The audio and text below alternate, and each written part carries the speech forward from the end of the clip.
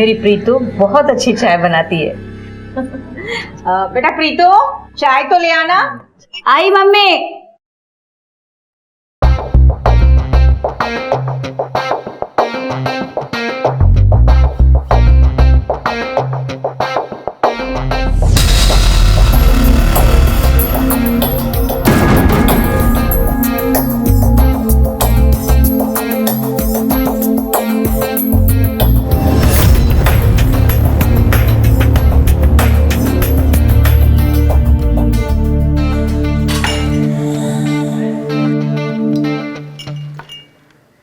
ML या पटियाला? क्या है मम्मी? मैंने तुझे चाय लाने को बोला था ना। ये क्या तमाशा कर रही है? ये क्या चल रहा है? क्या हमें बेइज्जत कराने के लिए बुलाए थे यहाँ पे? बेइज्जत? बेइज्जती उनकी होती जिनकी कोई इज्जत हो। बेइज्जती तो मेरी हुई है, और टीचर कह के चले आओ मुंह उठा के मुझे देखने के लिए। मेरी शादी किसी रईस बड़े आदमी से होगी। चलो निकलो ऐसे, निकलो।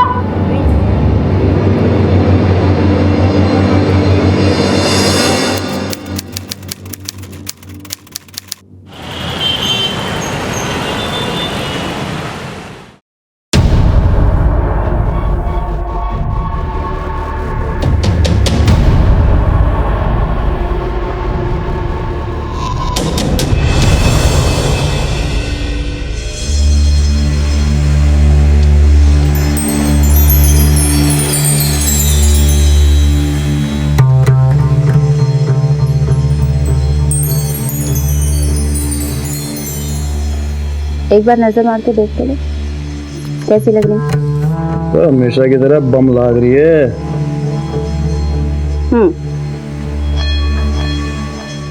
बिना देखे ऐसे कह रही बम लग रही।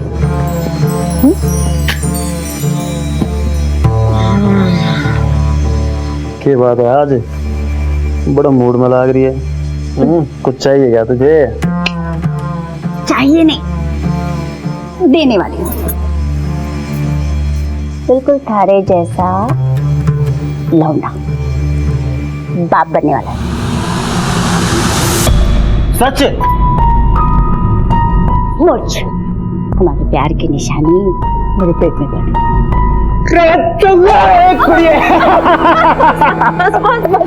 अरे खुश कर दिया।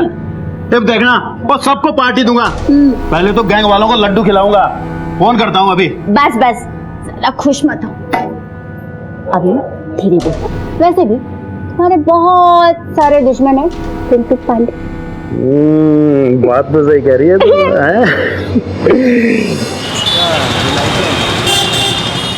दिन ब दिन जवान होती जा रही है। माफ करना भाई साहब, मैंने देखा नहीं, वो बहुत जरूरी काम था ना इसलिए चला आया। हमेशा भाई के हालचाल पूछने आते हो, कभी भाभी के भी पूछ लिया करो। ऐसा कुछ ना भाभी, बस थोड़ा काम में लगा रहता हूँ। काम बोल। भाई साहब, वो गोकुल शास्त्री के गैंग वाले सुलह करना चाहते हैं। तारों के बाप को क्या मारा कि 2 दिन में औकात पता चल गई उनको? जी भाई साहब। औकात तो पता चलनी ही थी, उनके बच्चों को नया बाप जो चाहिए था, और तुमसे अच्छा बाप कहाँ से मिले? मेरे साथ रह के ना तो बड़ी समझदार होगी। चल भाई साइड ना हो।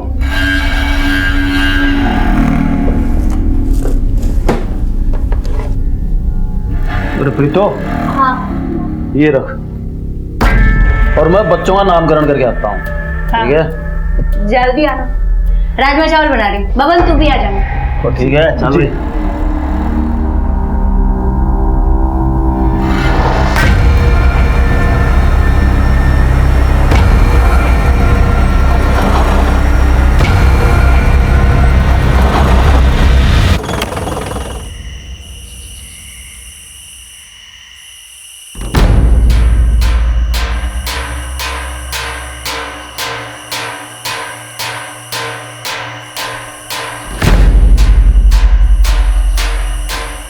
तो भाई यहाँ तो कोई नजर ही नहीं आ रहा।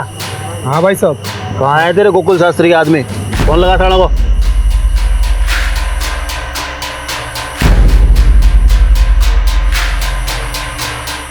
भाई साहब कोई फोन ही नहीं उठा रहा। भाई कुछ गड़बड़ लग रही है मुझे। चल भाग भाग भाग यहाँ से भाग।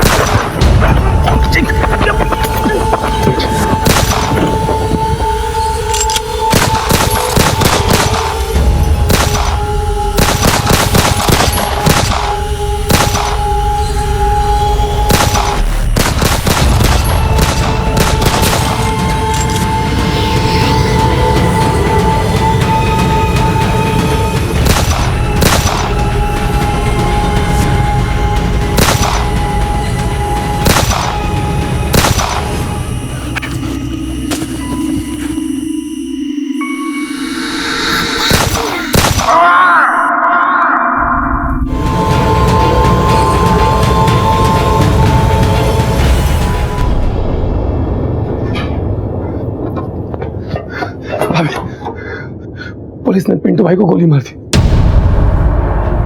मैं बहुत मुश्किल से अपनी जान बचा के निकला हूं। किसी कमीने ने मुखबरी कर दी साहब। भाभी अभी हमें यहाँ से निकलना पड़ेगा। गोकुल के गैंग वाले हमें हर जगह ढूंढ रहे हैं और पुलिस भी कभी भी यहाँ पहुंचती होगी।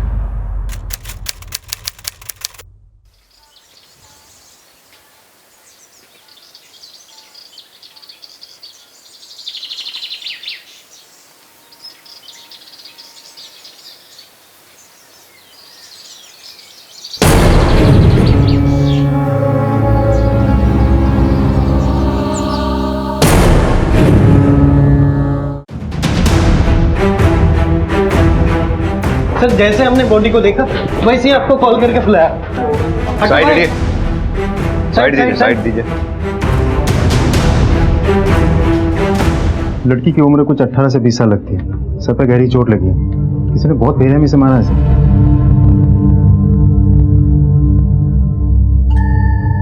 मुझे एरिया सील करवा पड़ेगा। सर ये लड़की यहीं रहती थी? जी सर, शर्मा जी की बेटी नंदनी है, फ्लैट नंबर 204 में रहती है। अच्छा, तुमने जब डेड बॉडी को लिफ्ट में देखा तो लिफ्ट में कोई और भी था या किसी को आते जाते देखा हो? नहीं सर। विजय, या तो इस लड़की के ऊपर हमला इस लिफ्ट में ही हुआ है या फिर ये हमलावर से बचने के लिए लिफ्ट की तरफ भागी है। विजय, बॉडी को पोस्टमार्टम के लिए भिजवा दो। सपन सर। लड़की की फैमिली की डिटेल्स लेके उसकी फैमिली को इन्फॉर्म कर दो। Okay sir. आओ विजय। सर।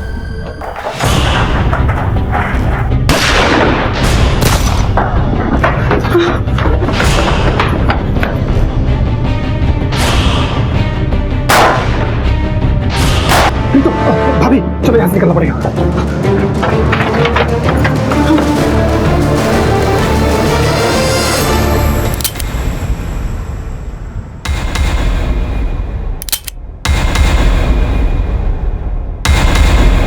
देख, अगर तूने हमें मार दिया ना तो तुझे कुछ नहीं मिलेगा, लेकिन अगर तुमने हमें जिंदा छोड़ दिया तो तुम्हें बहुत कुछ मिल सकता है। जब चाहो और जितना चाहो।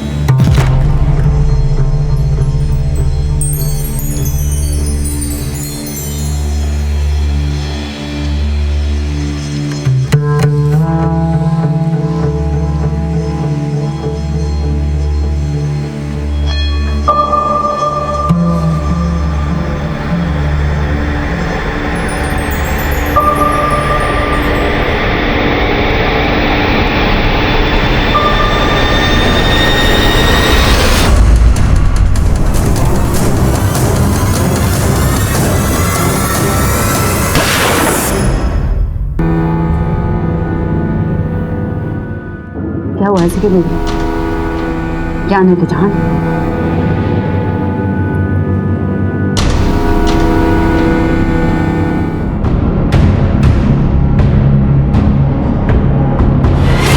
सर, टेबल पे खाने की प्लेट एक है और खाना भी उसने आधा खाया है। आई थिंक वो जो खाना खा रही थी हमला तभी हुआ होगा। विजय, इस पूरी बिल्डिंग के, मेन गेट के, इस फ्लोर के सबके सीसीटीवी फुटेज चेक करो। पता चल जाएगा उस दौरान घर में कौन आया कौन गया। सर। सब इस लड़की की फैमिली से कांटेक्ट करने की कोशिश करते रहो। सर।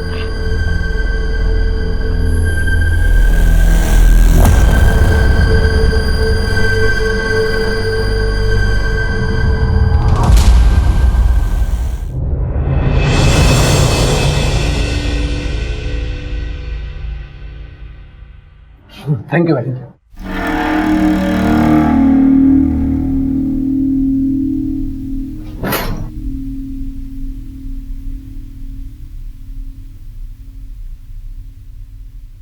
अभी अरे अभी बैठो यहाँ पे। भाभी आपको घबराने की कोई जरूरत नहीं। जब तक मैं आपके साथ हूँ आपका कोई कुछ नहीं बिगाड़ पाएगा और मैं आपके साथ हमेशा रहूंगा। आप चिंता करना छोड़ दीजिए। सर उनकी फैमिली में कोई शादी थी, इसलिए शर्मा जी और उनकी मिसेस 2 दिन पहले ही रोहतक निकल गए थे। आप कब से जानते हैं इनको? नंदनी जब 3 साल की थी तब शर्मा जी यहाँ पे शिफ्ट हुए थे। ये नंदिनी के पापा काम क्या करते? वो अकाउंटेंट है बिजली विभाग में। आप लोगों में से किसी ने नंदिनी के घर किसी को आते जाते देखा हो? नहीं सर। या नंदिनी की किसी से बात हुई हो? नहीं सर। सर कल रात लगभग 10 बजे नन्नी मेरे घर आई थी।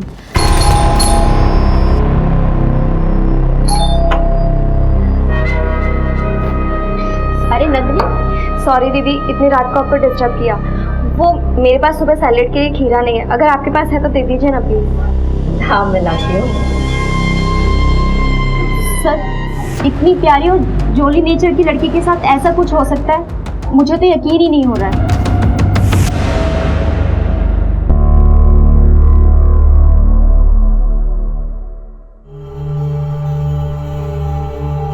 तुम्हें बहुत भूख लगी ना, ये लो।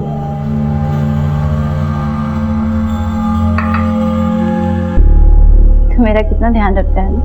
अगर तू नहीं होता तो पता नहीं मेरा क्या होता। कुछ भी बोलती हो आप चुपचाप खाना खाइए, ठीक है? बबन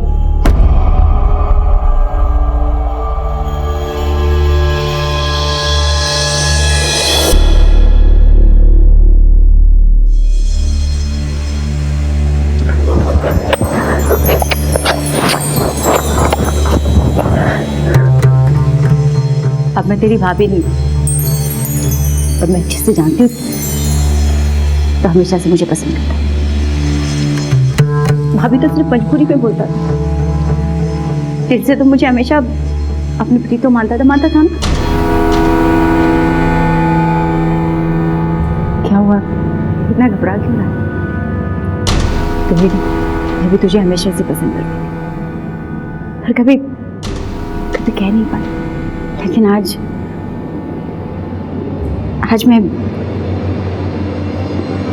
मैं भी तुझसे बहुत पहले कहना चाहता था, तब से ये बात मेरे हलक लगती थी।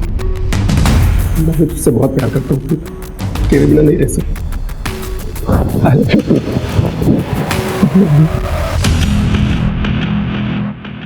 सर, नंदिनी के घर के फुटेज ये देखिए सर। ये फुटेज मैंने एक बार नहीं बल्कि कई बार बहुत ध्यान से चेक किया। रात भर नंदिनी के घर पे ना कोई आया ना गया। ऐसा कैसे हो सकता है विजय? कहीं ऐसा तो नहीं जिसे हम सीसीटीवी फुटेज में ढूंढ रहे हैं वो घर में किसी और रास्ते से अंदर घुसा हो, जैसे पाइप से चढ़ के या खिड़की के जरिए? नहीं सर, पॉसिबल ही नहीं। मैंने बहुत अच्छे से चेक किया था। हर खिड़की के बाहर ग्रिल लगी हुई है। अगर कोई पाइप चढ़ के ऊपर आ भी जाता तो ग्रिल लगे हैं, इसकी वजह से वो अंदर नहीं जा पाता। अंदर जाने के लिए एक ही दरवाजा है, वो है मेन डोर। अब सवाल ये उठता है कि वो जो कोई भी था घर में घुसा कैसे? सर, नंदिनी के माँ पापा गए।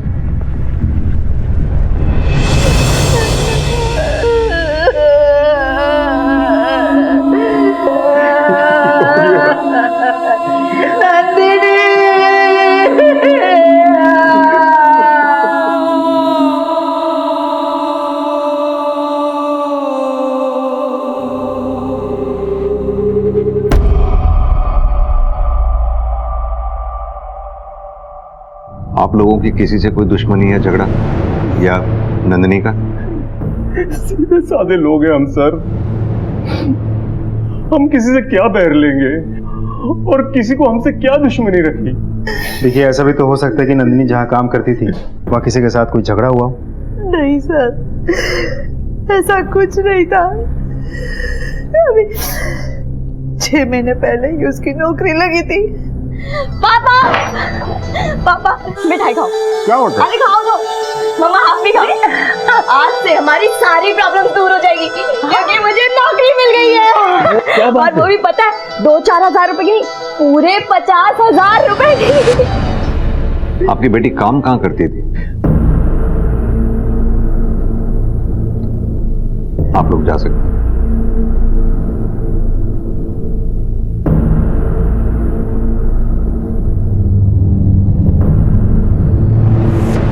मुझे कुछ तो जरूर हुआ होगा जिस वजह से नंदिनी की जान गई, उसका इतनी बेरहमी से कत्ल हुआ। एक काम करो, नंदिनी के सारे दोस्तों से पूछताछ करो, पता करो क्या नंदिनी के माँ बाप वाकई उस दिन शादी में गए थे। सर आपको लगता है इसमें नंदिनी के माँ बाप का हाथ हो सकता है? फिलहाल तो कुछ भी नहीं कहा जा सकता, लेकिन हमें हर एंगल चेक करना होगा, कुछ भी छूटना नहीं चाहिए। सर पुलिस ने नंदिनी की मौत से जुड़े हर पहलू को जांचना शुरू किया, लेकिन उनको कोई ठोस दलील नहीं मिल रही थी। अब तक की मिली जानकारी से इतना तो साफ था कि नंदिनी की जिंदगी में कुछ तो रहस्यमय चल रहा था। पुलिस हर सबूत और बयान का बारीकी से मुआयना कर रही थी। सर हमने नंदिनी के दोस्तों से, फैमिली से, आस पड़ोस वालों से पूछताछ की, लेकिन हमें ऐसा कुछ भी नहीं मिला जिससे हम किसी पे शक कर सकें। उसका किसी के साथ कोई अफेयर भी नहीं था। सर जब से उसने वजन कम किया था उसको मेकअप का और कपड़ों का नया शौक चढ़ा था, बाकी सब कुछ पहले जैसे ही चल रहा था। और मैंने उसके माँ बाप के बारे में पता किया, वो लोग शादी में वाकई रोहतक गए। विजय, ये नंदिनी जहाँ काम करती थी वहाँ इंक्वायरी करो, शायद वहाँ से कोई इन्फॉर्मेशन मिले। सर नंदिनी शर्मा की पोस्टमार्टम रिपोर्ट आ गई।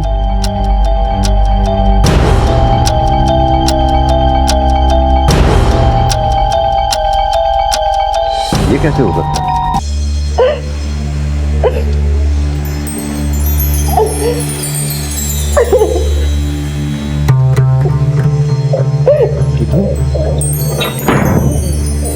क्या हुआ तुझे?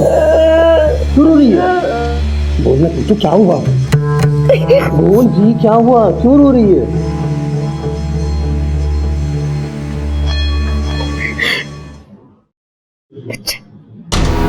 अच्छा तेरा बच्चा पड़ रहा है मेरे पेट में।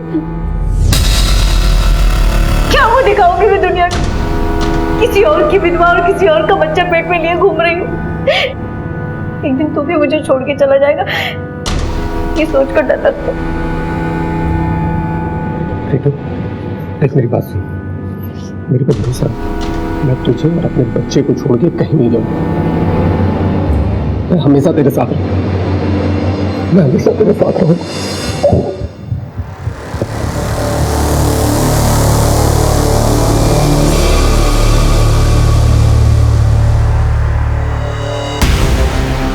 हमारे प्यार की निशानी, हमारे प्यार की निशानी मेरे पेट में पड़ गई।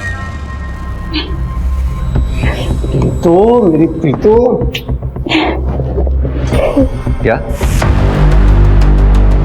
डॉक्टर कोई ऐसा क्यों करेगा? और नंदिनी ऐसा क्यों करेगी? अपने आप को ऐसे घाव कोई क्यों देगा जिससे उसकी मौत हो जाए? ये देखिए सर, नंदिनी के सर पे जो चोट है और दीवार पर जो खून के धब्बों के निशान हमें मिले हैं वो दोनों आपस में मैच करते हैं। सर बात यह है कि जो इंजरीज हैं वो मेनली फोरहेड पे हैं, जो तभी होता है जब इंसान अपना सर खुद दीवार पर मारता है, और अगर कोई अटैकर होता तो इंजरीज स्कल पर भी होते। यानी कि नंदिनी ने अपना सिर खुद दीवार से पटका।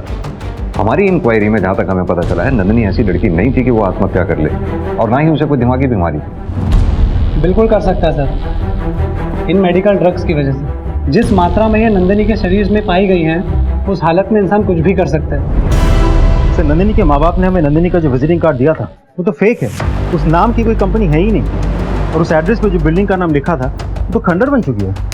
और नंदिनी ऐसा कर क्यों रही थी? अपने माँ बाप से झूठ क्यों बोल रही थी? उसका तो कोई अफेयर भी नहीं था जिसे छुपाने के लिए वो ऐसा करे। क्या नंदिनी दोहरी जिंदगी जी रही थी? विजय काम करो, इस नंदिनी की सारी इंफॉर्मेशन निकालो, कहाँ जाती थी, किससे मिलती थी, अकाउंट डिटेल्स वगैरह वगैरह। मुझे लगता है कहीं कुछ ऐसा है जो अभी तक हमारे सामने नहीं आया। नंदिनी को कोई नशे की लत नहीं थी सर, आप उसे बदनाम कर रहे हो। देखिए हम उसे बदनाम नहीं कर रहे, ये नंदिनी की पोस्टमार्टम रिपोर्ट है, जिससे साफ साफ जाहिर होता है कि नंदिनी के शरीर में भारी मात्रा में ड्रग्स मिले। देखिए बच्चे जब बड़े हो जाते हैं बहुत सी बातें अपने माँ बाप से छुपाने लगते हैं, हो सकता है नंदिनी ने ये नशे की बात भी आप लोगों से छुपाई हो, जिसकी वजह से उसकी जान गई। अब हमें पता ये करना है कि नंदिनी को ये मेडिकल ड्रग्स कहां से मिले जिनकी उसे लत लगी थी। और तो और नंदिनी के ऑफिस का जो आपने विजिटिंग कार्ड हमें दिया था उसका एड्रेस भी फेक है, ना तो उस नाम की कोई कंपनी और ना ही कोई बिल्डिंग। आपको जरूर कुछ गलतफहमी हुई है। वो भला ऐसा क्यों करेगी? नंदिनी का किसी बीमारी का इलाज चल रहा था इन दिनों? नहीं सर, इलाज तो नहीं, पर हाँ वजन घटाने के लिए उसने स्लिमिंग क्लिनिक ज्वाइन किया था।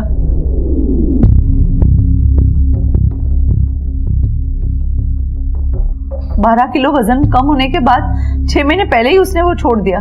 उसके बाद उसे नई नौकरी मिली थी। नाम क्या है उस क्लिनिक का? Insta chef weight loss clinic. Nandini बचपन से थोड़ी मोटी थी, लेकिन बड़े होते होते उसे इस मोटापे से टेंशन होने लगी। कोई उस पर हंसता तो कोई उसको टोकता, वो बहुत दुखी हो जाती थी। सर ये रही मेरी नंदिनी की तस्वीर। क्लिनिक जाने के बाद उसका वजन तेजी से घटने लगा। वो उसे कुछ दवाइयां देते थे जिससे उसका वजन घट रहा था। स्लिमिंग सेंटर ज्वाइन करने के बाद क्या आपने नंदिनी में वजन घटाने के अलावा कोई और चेंज नोटिस किया था? नहीं सर, वजन कम होने के बाद नंदिनी बहुत खुश थी, नए फ्रेंड्स बना रही थी, फ्रेंड्स के साथ बाहर जा रही थी। बट हाँ थोड़ी सी चिड़चिड़ी हो गई थी। कॉन्फिडेंस बहुत बढ़ गया था उसका, लेकिन साथ ही उसका मूड स्विंग्स भी बढ़ने लगा था।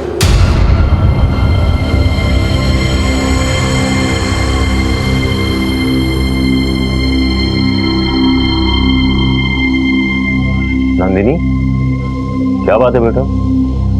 चुपचाप बैठो अकेले यहाँ। कोई परेशानी हो तो अपने पापा को बताओ। नंदिनी, मेरे चुप बैठने का मतलब ये बिल्कुल नहीं है कि मैं परेशान हूँ। अरे 2 मिनट शांति से बैठने दो ना मुझे कोई।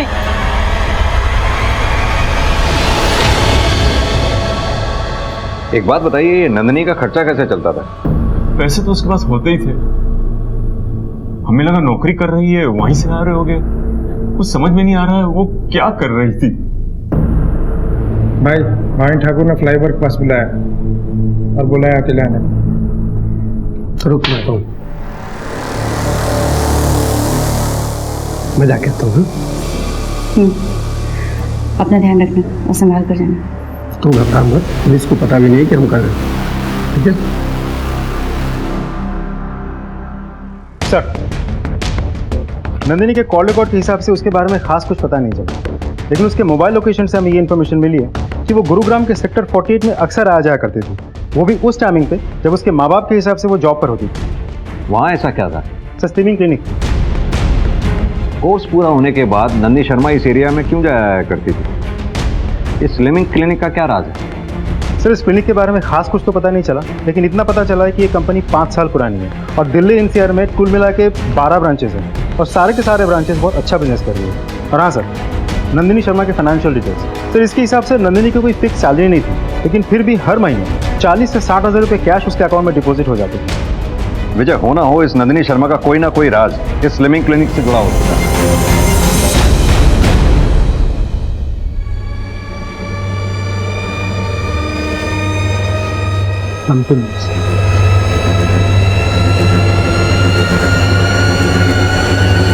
यस सर, अभी आपको किससे मिलना?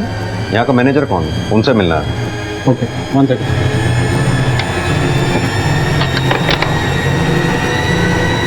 तुम ही रुको।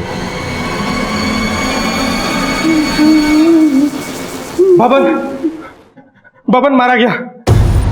पुलिस ने हमें फंसाया था वहां पे। पुलिस यहाँ कभी भी आ सकती है, हमें तुरंत यहाँ से निकलना होगा।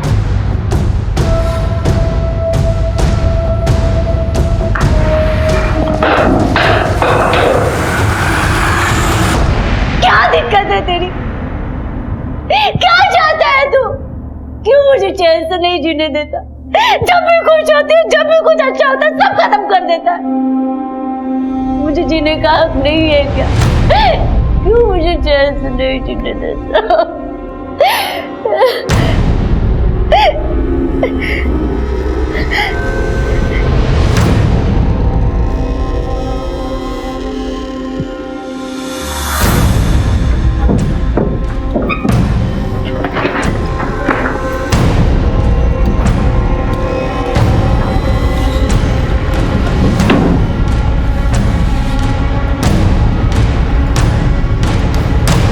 भाभी आप कहाँ जाओगे? पता नहीं, लेकिन पुलिस के हाथ नहीं आऊंगी। खुद को इतना मजबूत, इतना ताकतवर बनाऊंगी कि पुलिस मेरे आगे पीछे घूमे, और कभी टकराए भी ना तो मैडम कह के बुलाए।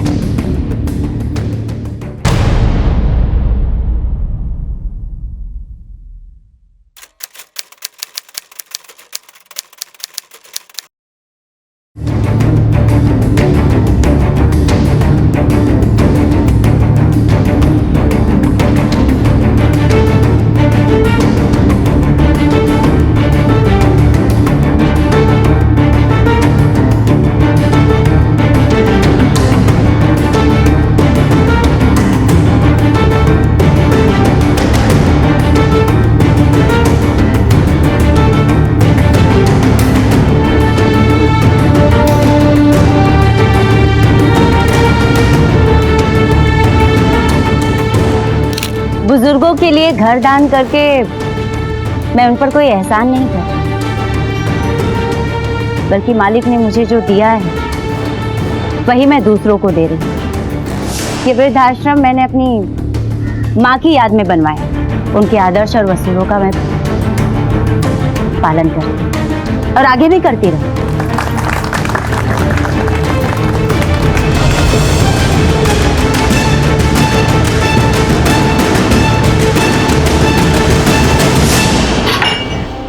मल या पटियाला, हमारे प्यार की निशानी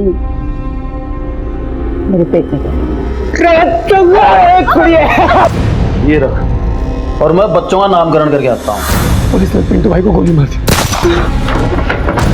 मैं तुझसे बहुत प्यार करता हूँ।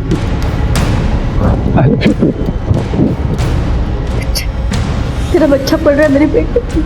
बबन मारा गया, पुलिस ने हमें फंसाया था वहां पे। पुलिस यहाँ कभी भी आ सकती है। पुलिस के हाथ नहीं आऊंगी। खुद को इतना मजबूत, इतना ताकतवर बनाऊंगी कि पुलिस मेरे आगे पीछे को। कल तक पुलिस से मुंह छुपाए फिर रही प्रीत आज इस मकाम तक कैसे पहुंची? उसका कद इतना बुलंद कैसे हो गया? नंदिनी की मौत की तफ्तीश कर रही पुलिस टीम ने अब एक नया पैंतरा आजमाया। अब इंतजार था किसी ठोस सबूत के हाथ लगने का। Hello sir, my self Priyanka Nath. How may I help you? हमें नंदी शर्मा के बारे में आपसे कुछ बात करनी थी। 6 महीने पहले पेशेंट थी वो आपकी। Please have a seat. जब नंदिनी के बारे में सुना तो बहुत बुरा लगा। मेरा तो दिल ही बैठ गया था जब मुझे पता चला। हमने तो उसके घर पे कंडोलेंस हैम्पर भी भेजा था। एक बात बताइए, वजन घटाने के लिए आप अपने पेशेंट्स को लाइसेंस पिल्स देते हैं? पिल्स? नहीं तो हम तो उन्हें मल्टीविटामिन देते हैं। बल्कि ये पिल्स के तरीके तो हम उन्हें सजेस्ट भी नहीं करते, क्योंकि जितनी जल्दी इससे वेट लॉस होता है उतनी ही जल्दी वापस बढ़ता भी है। हम एकदम साइंटिफिक तरीके से ट्रीटमेंट करते हैं। आइए मैं आपको दिखाता हूँ।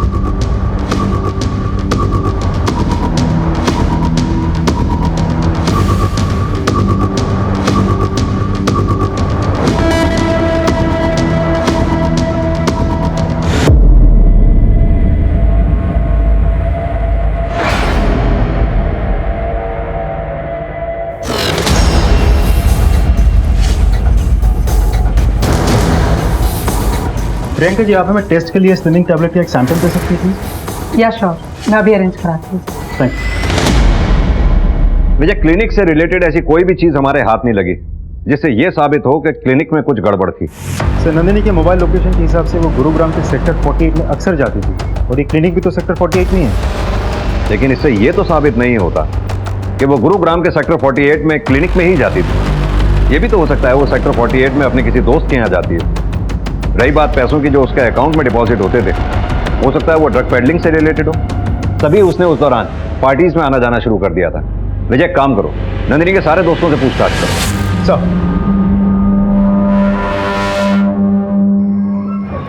हो जाएगा सर जी, हो जाएगा, बिल्कुल हो जाएगा। आप बोलिए तब। चलो खाना खा लो बच्चा। नहीं, थोड़ा मोबाइल खाना खा लो।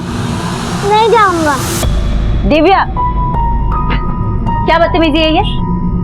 हाँ, दोबारा किसी लड़की आंटी से ऐसे बात की ना तो खाल खींच लूंगी। सॉरी बोलो आंटी को।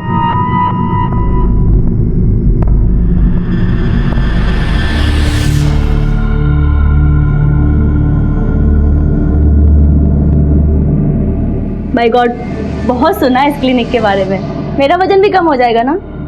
पता है लोग मुझे फैटी, मोटी, पता नहीं क्या क्या बोल के चढ़ाते हैं। अगर ऐसे ही चलता रहा तो कैसे मेरी शादी होगी? कैसे नहीं होगी तुम्हारी शादी? बिल्कुल होगी। और ये शादी क्या चीज है? एक बार हमारे साथ जुड़ने के बाद तुम्हारी भी जिंदगी बदल जाएगी, बाकी लड़कियों की तरह। सच? बिल्कुल।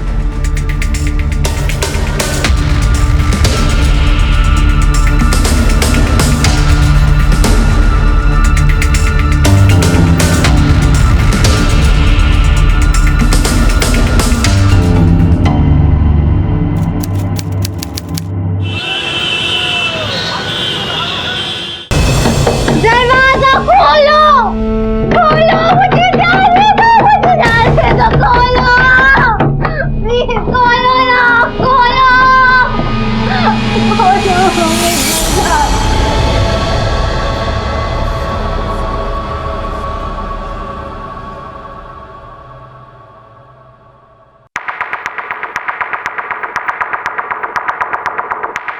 कुछ मिला?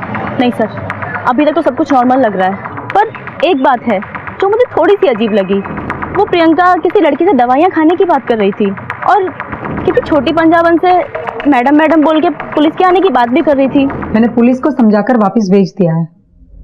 मैडम, छोटी पंजाबन हमारे लिए सिर्फ एक नाम नहीं है, हमारे लिए आइडल है और हम आपके नाम पर कोई आंच नहीं आने देंगे। जी। ओह, आई एम सॉरी। सब ठीक? ठीक, तुम इस पे नजर बना रखो। जी सर। सर,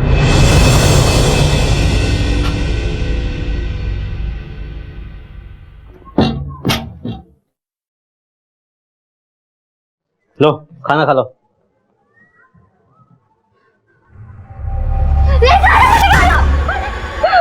जाने दो ना, प्लीज बाहर जाने दो, जाना है मुझे। सर, प्राची ने जिस छोटी पंजाबन का नाम लिया था वो एक बिजनेस वूमन है, इधर उधर समाज सेवा का काम करती रहती है, लेकिन उसके खिलाफ खास कुछ पता नहीं चला। विजय, भूतों का भी पास्ट होता है, ये तो फिर भी एक इंसान है। इस छोटी पंजाबन का कोई तो बैकग्राउंड होगा। सर, इस छोटी पंजाबन के बारे में सिर्फ इतना पता चला कि कुछ साल पहले रोहतक पुलिस इसे ढूंढ रही थी। कुछ पेंडिंग केसेस थे इसके खिलाफ, लेकिन कभी ढूंढ नहीं पाए। सर, ये भी पता चला है कि ये case inspector Alok Sharma investigate कर रहे थे, लेकिन ये माना जाता है कि दबाव की वजह से ये केस वो सॉल्व नहीं कर पाए। ये इंस्पेक्टर आलोक शर्मा से कॉन्टैक्ट करो। सर। क्या छोटी गैंगस्टर थी? हाँ, शुरू से ही सस्पेक्ट थी, लेकिन उसके खिलाफ कभी कोई सबूत नहीं मिला, और जब तक ये केस आगे बढ़ता वो कहीं अंडरग्राउंड थे। उसे काफी टाइम के बाद मैंने एक बार न्यूज़पेपर में उसकी फोटो देखी, अच्छा खासा नाम बड़ा करके वो सामने आई। मैंने उस वक्त भी उसकी फाइल रीओपन करने की कोशिश की, लेकिन कोई फायदा नहीं। बड़ा कद हो गया उसका, ऊपर के लोगों की पहचान है उसकी। तब तो इस छोटी पे हाथ डालना और भी मुश्किल होगा, उसके खिलाफ कहीं कुछ सबूत नहीं। जहां तक मैं समझता हूं कि अगर वो स्लिमिंग क्लिनिक में इन्वॉल्व है तो कुछ ना कुछ गोरख धंधा जरूर चलता है, लेकिन फिर भी उस तक पहुंचने के लिए हमें सबूत तो चाहिए। अगर छोटी ने अपना नाम और पहचान इलीगल तरीके से बदली है तो ये भी एक क्राइम है, और ये बात अगर हम साबित कर पाए तो उस तक पहुंचा जा सकता है।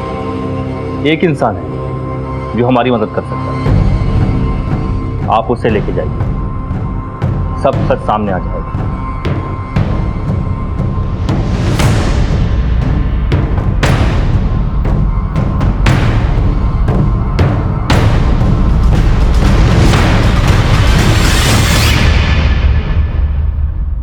क्या हुआ? ऐसे कैसे गुस्से चले आ रहे हैं आप लोग? आपसे कुछ बात करनी थी। और मुझे कोई बात नहीं करनी? हमसे नहीं करनी, लेकिन इनसे तो करनी होगी।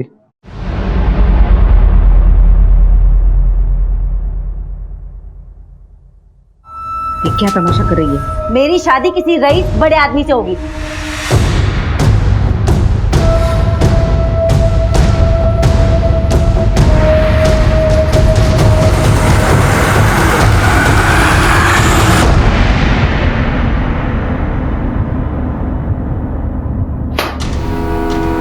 इतने साल गैंगस्टर बने रहने के बाद अचानक समाज सेविका बन गई। कमाल का हृदय परिवर्तन है। नहीं, पहले पिंटो के साथ, फिर बब्बन के साथ, फिर अचानक अंडरग्राउंड। अब इतने सालों बाद गुरुग्राम में समाज सेविका और बिजनेस वुमन बनकर बाहर आई। कहां से आया इतना पैसा? क्या गोरख धंधा चल रहा है उस स्लिमिंग क्लिनिक में? क्या लेना देना है तुम्हारा उससे? अगर मैं गैंगस्टर तो आप पुलिस वाले, आप लोग क्या है? क्लिनिक से जुड़ी एक लड़की ने अपनी जान ले ली है। उसके शरीर से हमें हेवी मात्रा में ड्रग्स मिले हैं। कुछ रोशनी डाल सकती है आप? क्लिनिक में 50 लड़कियां आती हैं सर, वो बाहर जाकर क्या गुल खिलाती है उससे मेरा क्या लेना देना?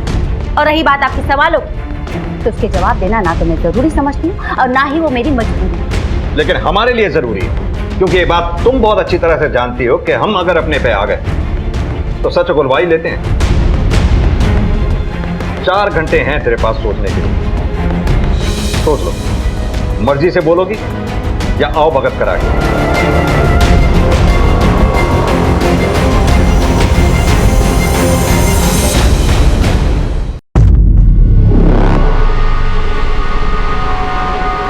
ये क्या कर रही हो तुम यहाँ? कुछ नहीं मैम, वो किसे पूछकर तुम मेरे कैबिन में आई? और ये लैपटॉप में क्या कर रही थी तुम? और वो क्या छुपा रही हो? यहाँ दो।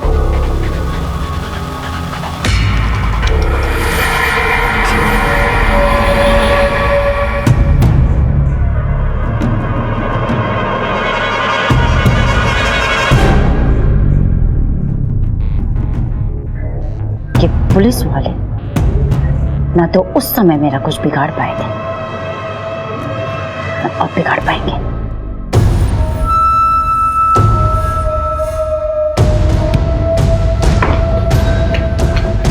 मैम पुलिस क्या हो? मैम पुलिस मुझे फंसाना चाहती है। मैम झूठा केस बनवाने के लिए मेरी ऐसी हालत कर दी। मेरी आप लोगों से विनती है कि आप लोग मेरी मदद करिए, इस केस को लेके जाइए। देखिए पुलिस वाले क्या जुल्म कर रहे हैं। लेकिन सर, जी सर, कमिश्नर साहब का फोन था। यह मामला नेशनल मीडिया ने उछाल दिया।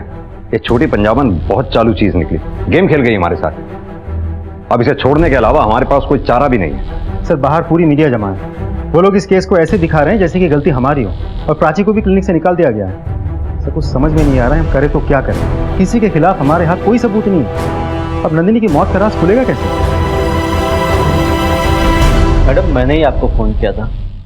मेरी बेटी लापता थी, मैंने उसकी मिसिंग कंप्लेंट भी लिखवाई थी, लेकिन जब से मेरी बेटी वापस आई है अजीब सी हो गई है। वो हमेशा ड्रग्स के लिए परेशान रहती है। मैंने बहुत कोशिश की उसकी ड्रग्स की लत छुड़ाने की, लेकिन कोई फायदा नहीं हुआ। मेडिकल रिपोर्ट से पता चला है कि तुम्हारे ब्लड में कुछ ड्रग्स के ट्रेसेस पाए गए हैं, और तुम्हारे पापा का कहना है कि तुम्हारी ड्रग्स की लत छुड़वाने के लिए उन्होंने तुम्हें कमरे में बंद करके रखा था। क्या ये सच है?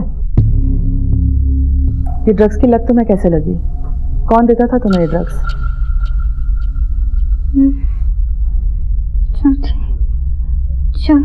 छोटी पंजाबन। छोटी पंजाबन? ये नाम कुछ सुना सुना लग रहा है। हाँ, याद आया। हाल ही में मीडिया में उसके बारे में सुना था। गुरुग्राम केस में उसका नाम सामने आया था। तुरंत गुरुग्राम पुलिस को इन्फॉर्म करो। ठीक है, बताना मुझे। सर, लखनऊ पुलिस को एक लड़की मिली है जिसका कनेक्शन छोटी पंजाबन से है।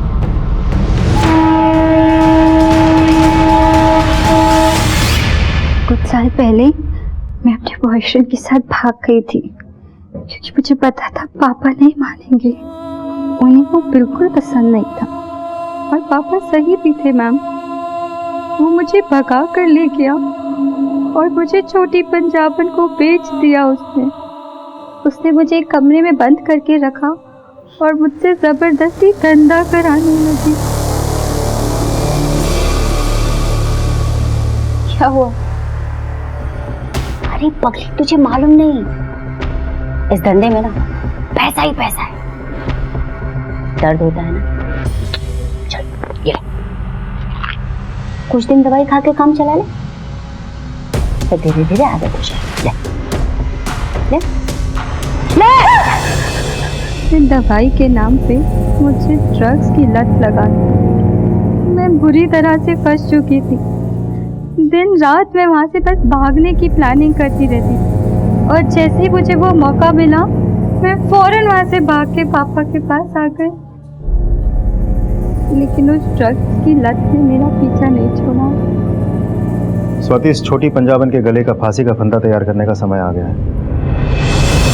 फांसी का फंदा मेरी जूती से? लड़कियां ये सब अपनी मर्जी से भी तो करती हैं सर, मैंने इसमें क्या नया कर लिया? उनका इस्तेमाल पैसे कमाने के लिए किया, और हाँ, बड़ी ईमानदारी से उन सब का हिस्सा उन्हें दिया। मुझे नौकरी मिल गई है पूरे 50,000 रुपए की। वैसे भी लड़कियां हमेशा दूसरों का सहारा ढूंढते रहती हैं, रोते धोते रहती हैं। मैंने तो उन्हें समझाया कि बेवकूफ लड़कियों, तुम्हारे पास तुम्हारा खुद का बहुत कुछ है, क्यों किसी और के लिए रोना? और इस मिशन में तू, नंदनी, रितु और न जाने ऐसी कितनी लड़कियों की खरीद फरोख्त की, उन्हें नशे की आदत डाली ताकि तेरे और दलालों के चंगुल में फंसी रहे। धंधा कोई भी हो सकता, खरीदना बेचना तो पड़ता ही। और नंदिनी ने भी कुछ कम पैसे नहीं बनाए। जब नहीं झेल पाई तो मर गई। मैंने थोड़ी ना मारा उसे। कितनी लड़कियों की जिंदगी बर्बाद कर दी है तुमने, इस बात का एहसास है तुम्हें? मैंने किसी के साथ जोर जबरदस्ती नहीं की सर, और मैंने नया क्या किया है? अब माल की डिमांड आएगी तो पूरी तो करनी पड़ेगी ना। किसी को 16 की चाहिए तो 30 की तो नहीं दे सकती ना। अब जिस फ्लो से अब तक इतनी बातें कही हैं, उसी फ्लो में सच भी बोल दे, वरना इसका हाथ अगर अपने फ्लो में चला तो कोई भी ड्रग तेरा दर्द कम नहीं कर पाएगी। पिंटू की डायरी से मुझे बहुत से बड़े बड़े नेताओं और बिजनेसमैन के बहुत सारे छिपे हुए राज, मैंने उन्हें धमकाकर अपने लिए एक नया नाम और पैसा इकट्ठा किया। जगह जगह पर मेरी क्लिनिक चलती है सर, बहुत सी लड़कियां आती जाती हैं। उनमें से मुझे जो पसंद आती थी लगता था कि अच्छी है, अच्छे पैसे मिलेंगे। उन्हें लालच देकर मैं अपने धंधे में ले लेती थी। और यकीन मानिए सर, उसके लिए मुझे बहुत ज्यादा मेहनत नहीं करनी पड़ती थी। बहुत सी तो ऐसे ही रोते धोते आ जाती थी खुद ही। अच्छा हुआ तूने खुद सच बोल दिया। अब तेरे उन्हीं आकाओं को तेरे साथ यहीं सलाखों के पीछे बंद करेंगे।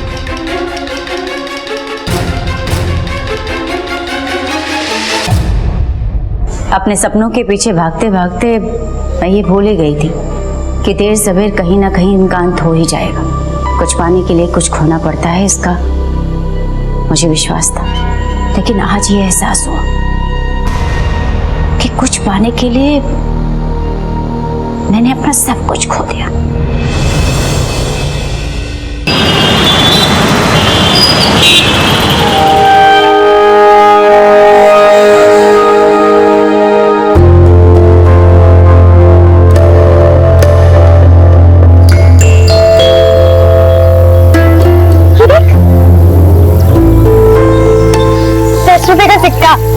अरे वाह ऋतिका, तेरी आंखें तो बहुत तेज है। चलो कुछ खाते हैं इससे। चलो इसमें क्या परेशान किया था। चलो मैं निकलती हूँ, बाय बाय। आज फिर वो कल ना ज्योग्राफी की नोट्स लेके आना, ठीक है? ले चल, बाय।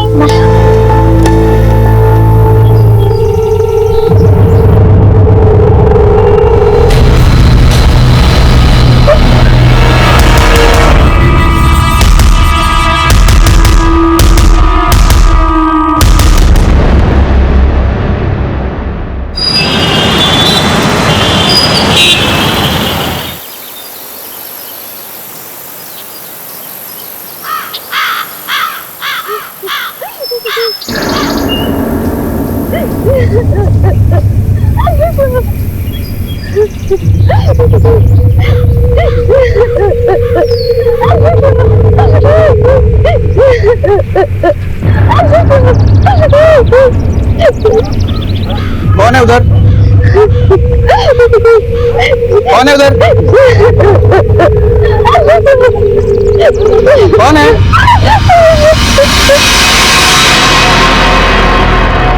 कौन हो तुम? आओ बाहर आओ।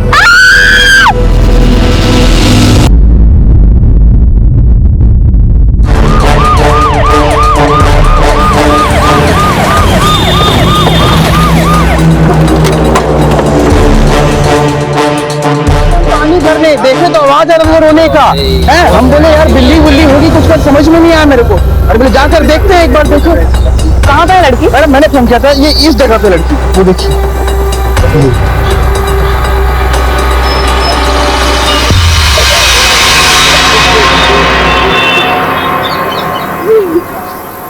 आओ बेटा, हाथ दो। बेटा घबराओ मत, पुलिस मैडम है, आ जाओ बेटा, बाहर आ जाओ। बेटा हाथ दो।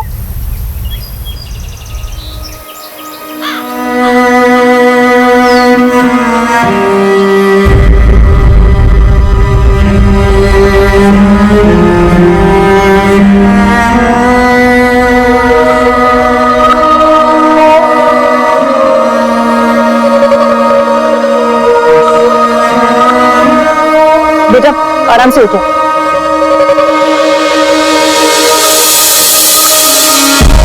आराम से।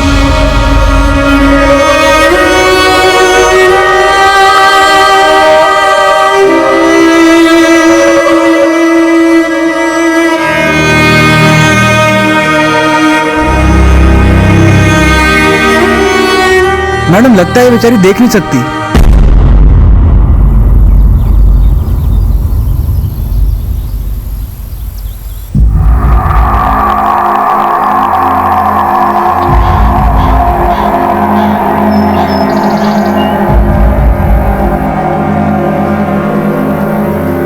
बेटा तुम्हारा नाम क्या है? लतिका, लतिका शर्मा। तुम कहाँ की रहने वाली हो? बरेली। बरेली उत्तर प्रदेश में है ना? बरेली में कहाँ? रामलीला मैदान के पीछे दूसरी गली। तो बेटा यहाँ पर किसके साथ रहती हो? अंकल आंटी के साथ। और कहाँ रहती हो? मोती नगर। ठीक है बेटा। तिवारी इसके घर का पता करो और खबर करो। ओके। और इसको पुलिस स्टेशन लेके जाओ। ठीक है। जय हिंद सर। सर लड़की बहुत घबराई हुई लग रही है, या तो ये घर से भाग के आई है या फिर कोई और ही मांग रहा है।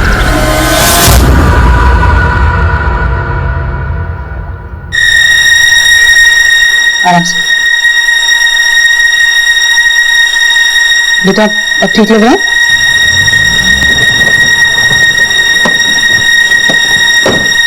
लड़की का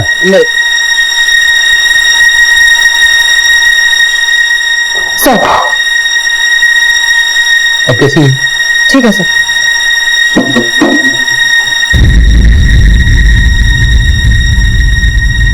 बेटा आप वहां झाड़ियों में कैसे पहुंचे? बेटा आप डरो मत, आप पुलिस स्टेशन में हो, बिना डरे बताओ कि आपके साथ क्या हुआ था। कुछ गलत हुआ था आपके साथ?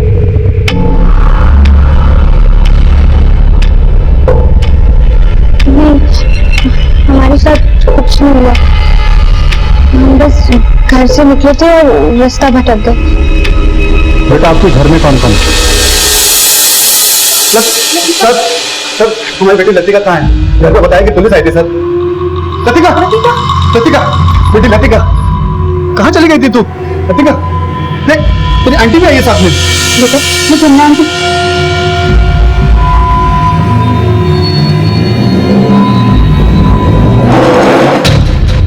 आप लोग क्या लगते हैं इसके? अरे सर रिश्तेदारी का तो क्या कहें, मानो तो सब कुछ वरना कुछ भी नहीं। देखिए जितना पूछा जा रहा है उतना बताइए। वो हमारा खून का रिश्ता तो है नहीं सर, लेकिन हमारी बेटी की तरह है। सर किराएदार है हमारी, अभी 1 साल पहले ही अपने बाप के साथ आई थी। ये लो बेटा चाय, गरम ही संभाल संभाल के। बस 1 साल के लिए चाहिए। बच्ची का इलाज चल रहा है एसएम गवर्नमेंट हॉस्पिटल में, 1 साल में ठीक हो जाएगी, फिर हम चले जाएंगे। कैसे नहीं इसकी आंखों की रोशनी? कुछ महीने पहले बिल्कुल ठीक थी, एक दिन अचानक सांस का दौरा पड़ा। डॉक्टर ने कहा कि अस्थमा की शुरुआत है, और फिर अस्थमा की गलत दवाई दे दी, उसी का साइड इफेक्ट हो गया और धीरे धीरे बच्ची की आंखों की रोशनी चली गई। कोई परिवार वाला घर मिल जाएगा तो अच्छा रहेगा, ताकि मैं काम पे जाऊं तो बच्ची कम से कम घर में सेफ रहे, इसलिए आप लोगों के पास चला है। लेकिन हर महीने का किराया 3000 रुपये। अब देखिए बहन जी, मैं होटल में खाना बनाने का काम करता हूँ, मेरी इतनी कमाई नहीं, मैं 2000 रुपए दे पाऊंगा। 2000 में करना होगा। चलो मम्मी मैं आता हूँ।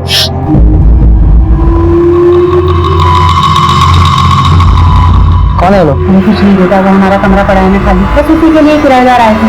3000 रुपये मांग रही हूँ तो कितना दे सकते हैं आप? बेटा 2000 रुपए। ठीक है ना मम्मी, दे दो। चलिए ठीक है, बड़ी मेहरबानी। 6 महीने तक तो इसके बाप ने किराया ठीक से दिया, लेकिन अभी पिछले 6 महीने से आज दे रहा हूँ कल दे रहा हूँ, बस यही सुन रही हूँ, किराया तो दिया ही नहीं। अब कहाँ है इसका बाप? साहब बड़ा अच्छा आदमी था साहब, वो तो पूछा है उसका जवाब दो। सर वो तो भगवान को प्यारा हो गया। कैसे? मेरा मतलब है कि एक्सीडेंट हो गया तो साहब वो महाराना रोड पे पता नहीं चला कौन गाड़ी मार के था। ये घर से क्यों निकली? शायद मेरी वजह से साहब, मैं बहुत तंग आ गई थी इससे। अब क्या कर दिया तूने? ये क्या किया? जिंदगी बर्बाद करके रख दी तुमने हमारी। साहब उस शाम को मैं अपनी बहन के यहाँ गई हुई थी, और जब सुबह लौटी और इसे नाश्ता देने गई तो लतिका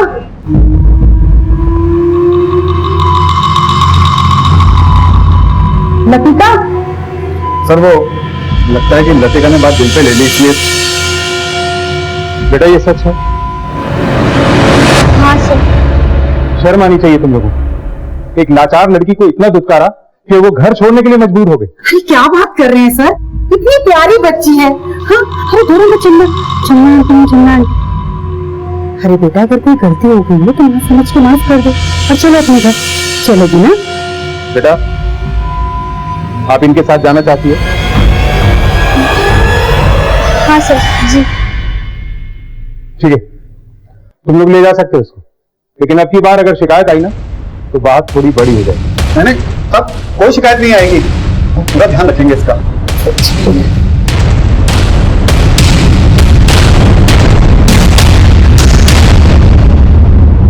कुछ समझ में नहीं आ रहा है सर। ये बात तो पक्की है कि ये लड़की बहुत घबराई हुई है। सर हो सकता है कि वो अपने पिता की मौत की वजह से अभी भी डिप्रेशन में है, या फिर हो सकता है कि अपने ना देखने की वजह से वो अभी भी परेशान है, या फिर ऐसा भी हो सकता है कि फैमिली की हरकतों की वजह से वो बहुत परेशान है।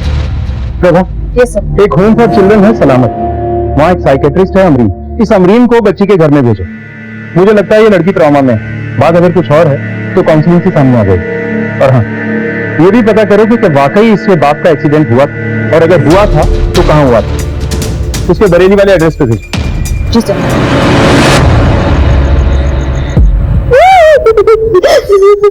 इतना पड़ेगी मेरी बेटी के दहेज देना ही नहीं पड़ेगा, क्यों बेटा? हाँ पापा।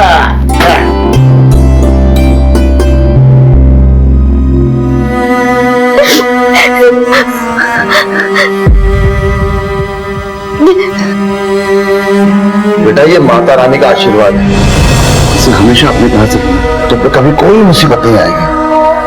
हे माता। माँ की याद आ गई। जब मैं उनकी साड़ी छूती थी ना तो ऐसे ही लगता था। अब उसे याद करके क्या होगा? मगर पापा अपनी माँ को। लतिका, मैंने बोला ना मेरे पास और कोई रास्ता नहीं था। चल अभी सब छोड़, तू और ये चुन्नी को अपने माथे से लगा, समझी?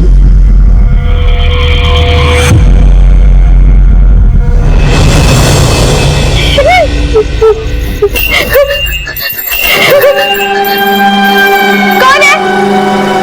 कौन है? मैं किसी को कुछ नहीं बताया। कौन? मुझे कुछ मत करो, मैंने किसी को कुछ नहीं बताया। सो जा और दरवाजा बंद कर लेना, कोई भी आ सकता है।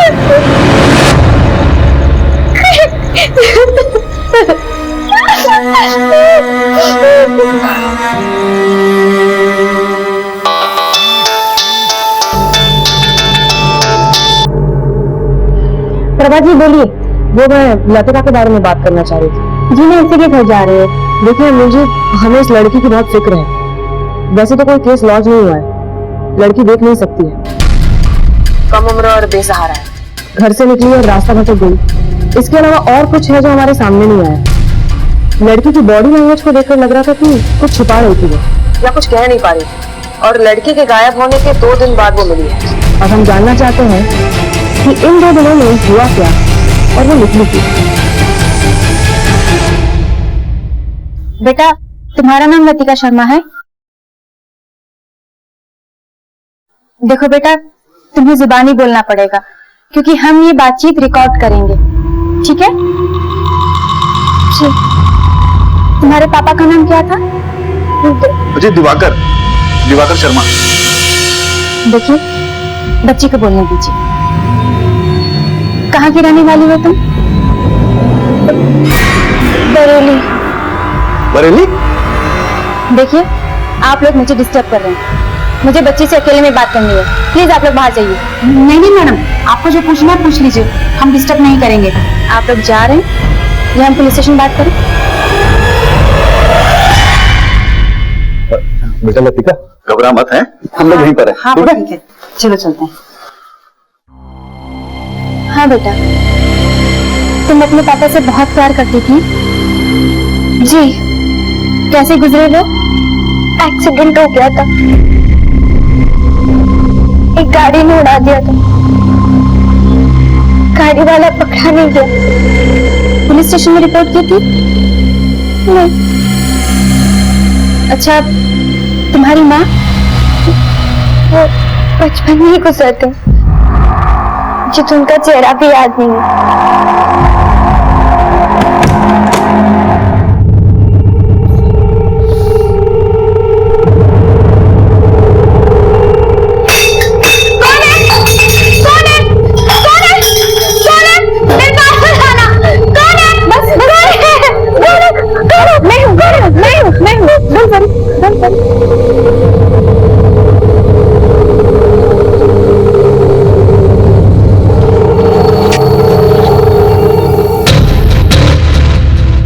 बताओ बेटा आपके साथ क्या हुआ है?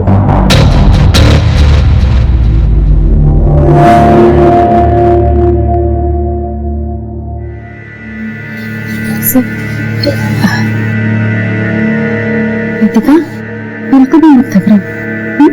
तुम पुलिस स्टेशन में हो, तुम्हारे साथ जो भी हुआ है तुम बेझिझक सर को बोल सकती हो। बोलो। और मैं हमेशा की तरह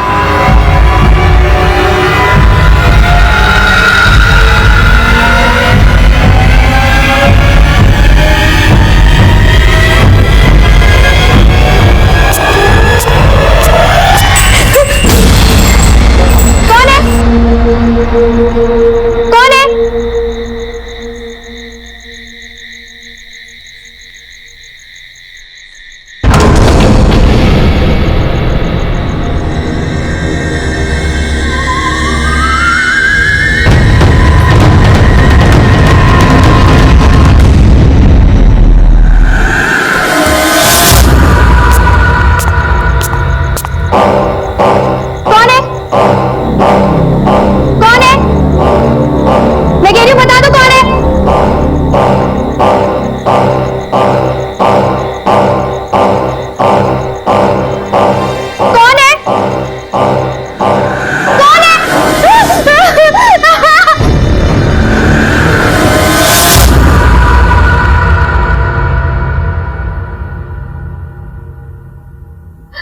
उसके बाद मैं बेहोश हो गई और जब मुझे होश आया तो अगर तूने किसी को भी बताया कि मैंने तेरे साथ क्या किया तो जैसे तेरा बाप किया वैसे तू भी जाएगी।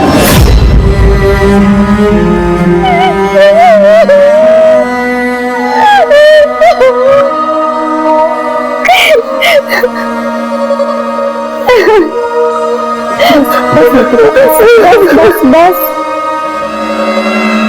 बेटा तुमने हमसे पहले क्यों नहीं बताया कि तुम्हारे साथ रेप हुआ? उसने मुझे धमकी दी थी। किसने धमकी दी थी? तुम जानती हो उसे? नहीं सर। तुम्हें किसी पे शक है? तुमने आवाज सुनी थी उसकी? मुझे नहीं पता सर, वो बहुत फुसफुसा के बात कर रहा था, मैं नहीं पहचान पाई। बेटा कहीं ये तुम्हारा अंकल हरीश या उसका बेटा सोनू तो नहीं? मुझे नहीं पता सर, मुझे कुछ नहीं पता। उसका मेडिकल चेकअप करा।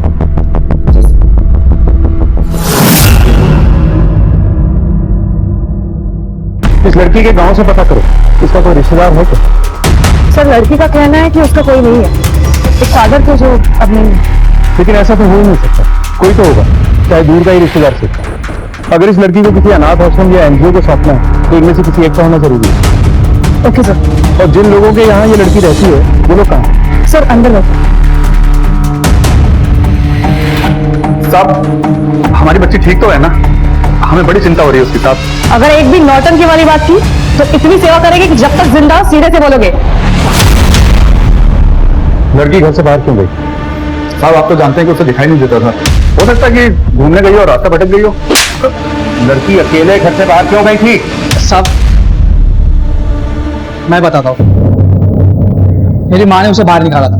मेरी माँ को शक था कि मेरा और उस लड़की का कोई चक्कर चल रहा है, तो कभी शक था कि मेरे पापा का उस पर कोई नजर है। बेटा ये तो क्या बोले जा रहा है? भगवान से तो डर। सोनू तो पागल हो गए? नहीं साहब ऐसा कुछ भी नहीं है, ये तो पता नहीं क्या बोले जा रहे हैं। दुबे ले जाओ इसे। Yes ma'am. तो मुझे क्यों लेके जा रहे सर? सर मैंने क्या किया सर? हाँ तो क्या बोल रहा था तू? जब मैं लतिका के रूम में जाता था ना तो पूरा घर सर पर उठा लेती थी, और पापा जब लतिका के रूम में चले जाते थे ना तो घर में पूरा झगड़ा चालू हो जाता। तू मैडम क्या बोल रहा है? मैं मानती हूँ कि मुझे वो लड़की अच्छी नहीं लगती थी, सिर्फ इसलिए कि उसका बाप अच्छे से किराया नहीं देता था टाइम पे। इसे भी लेके जाओ। साहब मैंने कुछ नहीं किया। इसने कुछ नहीं किया, इसको कुछ भी नहीं पता। सर इसे छोड़ दीजिए, मैं आपको सब सच बता देती हूँ। मैंने कितनी बार कहा था अपने पति से कि इस लड़की को किसी अनाथ आश्रम में छोड़ देते हैं, पर वो मेरी बात सुनने के लिए तैयार ही नहीं थी। और उस रात अपनी बहन के घर जाने से पहले मैंने अपने पति को लतिका के कमरे से बाहर निकलते हुए देखा। मैंने उस लड़की के साथ कोई गलत काम नहीं किया साहब, मैं तो उसे अपनी बेटी की तरह मानता हूँ साहब। कितना कसम साहब,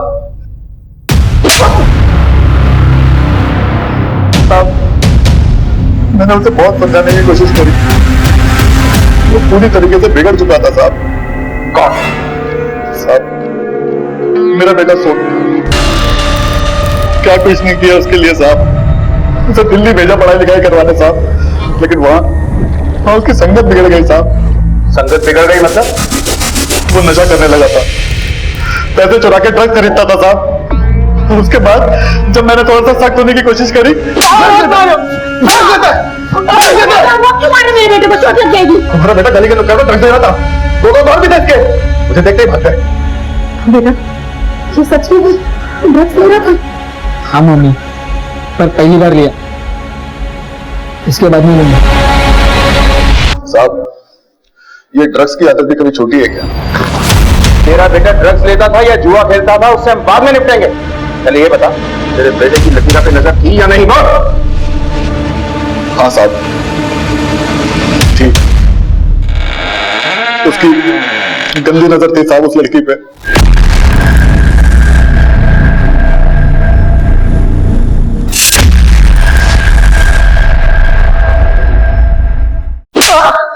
उस रात उसके कमरे में क्या लेने गया था तू? घर में पैसे नहीं थे और मुझे नशा करने के लिए पैसे चाहिए। मुझे पता था उसके बाप ने उसके लिए घर में कहाँ पैसे छुपा के रखे थे। कौन है? कौन है? कौन है?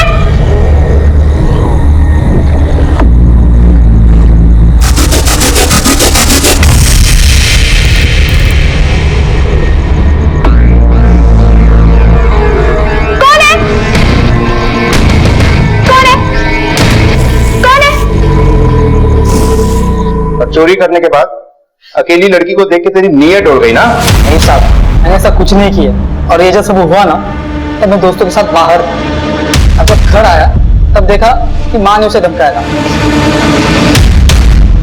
हाँ सर मैंने बोला था, उस दिन मैं अपनी बहन के यहाँ गई हुई थी, जब मैं वहां से वापस आई अचानक से उसके रोने की आवाज सुनाई दी तो मैं देखने चली गई। लतिका? हे भगवान, क्या हुआ लतिका? आंटी को खबर नहीं आया था और उसने मेरे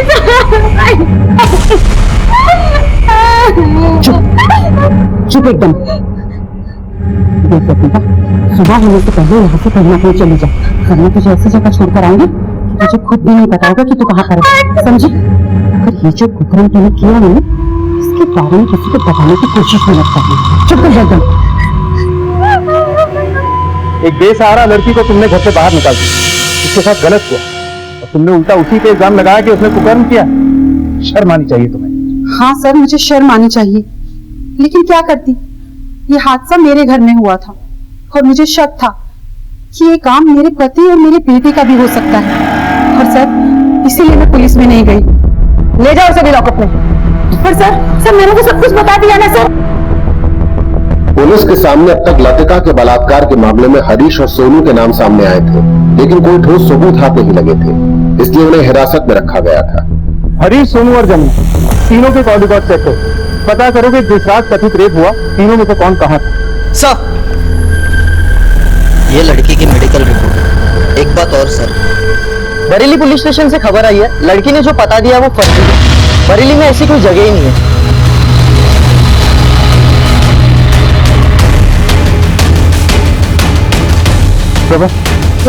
मेडिकल रिपोर्ट से भी ये क्लियर नहीं हो रहा है कि लड़की के साथ रेप हुआ है। वो शायद इसलिए कि ये घटना के 3 दिन बाद मेडिकल टेस्ट हुआ। सर एक मिनट, मुझे याद है जब मैं इस लड़की को पहली बार पार्क में देखी तो मैंने इसको पूछा था कि ये कहाँ की रहने वाली है। बरेली। क्या ये पॉसिबल है कि ये झूठ बोल रही है या कुछ छुपा रही है? मगर क्या छुपा सकती है और किसके लिए? इसका कोई नहीं, फादर की डेथ हो चुकी है। हाँ सर, मगर ये फादर की डेथ भी एक मिस्ट्री है। उस हिट एंड रन में कोई पकड़ा नहीं गया और अब इस रेप में भी हम अंधेरे में हैं। प्रभा, ये लतिका जहाँ रहती है वहाँ आसपास सीसीटीवी कैमरा है? एग्जैक्ट आइडिया नहीं है सर, मैं पता करती हूँ। और क्या ये लतिका कोई सेलफोन यूज करती? नहीं सर। तो इसका मतलब है ये लड़की जो भी हमसे कहेगी कि उस रात घर से निकलने के बाद वो कहाँ गई, हमें सब बातों पर यकीन करना है, लेकिन हमें ये भी पता लगाना होगा कि उसके गांव का असली एड्रेस क्या है और उसने हमसे झूठ क्यों बोला। या तो तुम झूठ बोलकर हमें गुमराह करने की कोशिश कर रही हो या किसी मजबूरी के तहत कुछ छुपा रही हो। और बेटा, दोनों ही सूरतों में तुम मुसीबत में।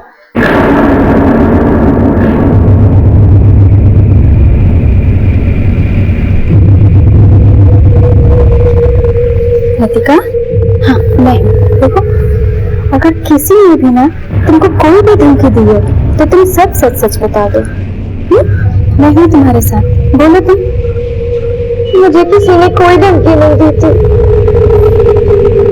सिवाय उस आदमी के जिसने मुझे कहा था कि अगर मैंने किसी को कुछ भी बताया, अगर तूने किसी को भी बताया कि मैंने तेरे साथ क्या किया, तो जैसे तेरा बाप किया वैसे तू भी जाएगी। तो तुमने गांव का पता गलत क्यों बताया? मैंने झूठ नहीं बोला था। बाबू के साथ गांव छोड़े हुए मुझे काफी वक्त हो गया, मुझे कुछ याद नहीं था, तो मुझे याद था मैंने बता दिया। लतिका, तुम झूठ बोल रही थी। मैं झूठ नहीं बोल रही हूँ, मैं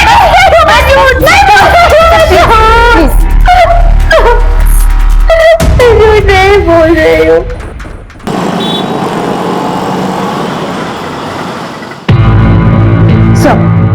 सर, लतिका के फादर दिवाकर का एक्सीडेंट रात के 10 बजे के आसपास हुआ था और जिस सड़क पे एक्सीडेंट हुआ था वहां पे कोई सीसीटीवी कैमरा नहीं था और वहां की दुकानें भी बंद हो चुकी थी। एक मेडिकल शॉप खुला हुआ था जहां एक लड़का दुकान बंद करने की तैयारी कर रहा था। उस लड़के का स्टेटमेंट मिला है। सर, मैं दुकान बंद करने की तैयारी कर रहा था और दिवाकर जी मुझसे थोड़ी देर पहले ही दवाइयां लेकर गए थे। उसके बाद मुझे बाहर से आवाज आई और जैसे मैं बाहर भाग के गया मैंने देखा कि दिवाकर अंकल खून से लथपथ थे। उसके बाद मैंने एम्बुलेंस को फोन किया और पुलिस को फोन किया। आपने गाड़ी का नंबर देखा? नहीं सर, जब मैं बाहर आया तो गाड़ी जा चुकी थी। ये महज एक इत्तेफाक है या फिर एक्सीडेंट करने वाले को पता था कि वहां कोई सीसीटीवी कैमरा नहीं है? वैसे भी इस लड़की की सारी बातों पर यकीन कैसे करते? इस लड़की ने कहा कि उसके साथ रेप हुआ है, हमने मान लिया। इसने कहा कि ये अकेली घर से निकली थी, हमने ये भी मान लिया। मान लो अगर ये लड़की ही झूठ बोल रही हो तो? Prabha, yes sir. इस लड़की के घर से निकलने वाले हर मुमकिन रास्ते की सीसीटीवी कैमरास को चेक। एक नेत्रहीन अकेली लड़की सड़क पर सीसीटीवी में ढूंढना मुश्किल नहीं है। जी सर।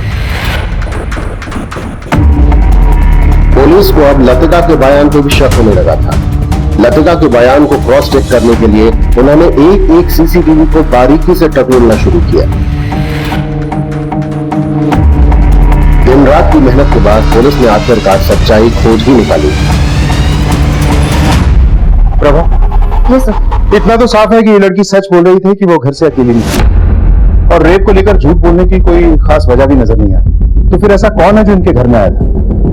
इनके पड़ोसियों से पूछताछ करो। जी सर। और अपने खबरियों को भी एक्टिव कर दो किसी भी क्लू के लिए। ये जरूरी नहीं कि ये हरकत किसी पहचान वाले ने की, कोई अनजान भी हो सकता। जी सर।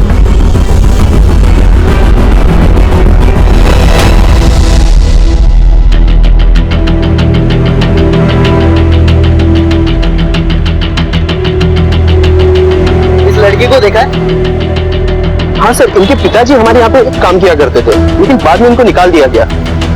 सर चोरी करेंगे तो रखेंगे नहीं ना सर। लेकिन सर बाद में पता चला था कि उसकी बेटी की उसने खाना चुराया था। अच्छा आदमी था साहब, लेकिन फंस गया बेचारा। बहुत मेहनती भी था साहब, उसकी किसी से दुश्मनी नहीं हो सकती। बता रहा था कि बेरी का रहने वाला था। पुलिस की कड़ी छानबीन से लतिका के असली गांव का पता चल गया और वहां पर एक टीम तहकीकात के लिए रवाना हुई।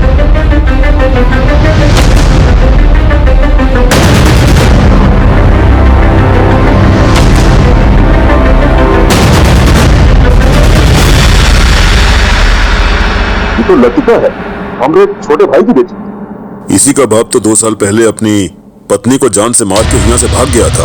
बचपन में ही गुजर गए। मगर खाने में तो किसी ने कंप्लेन नहीं करा। अब रिपोर्ट नहीं लिखवाई तो हम क्या करें सर? ये बात तो वैसे पूरा गांव जानता है कि हमारे छोटे भाई ने अपनी पत्नी का खून करके उसके बाद अपनी बेटी को लेकर के यहाँ से भाग गया। आप लोग शायद उस समय यहाँ के थाने में नहीं रहे होंगे, इसलिए पता नहीं। तो आपने क्यों नहीं लिखवाई रिपोर्ट?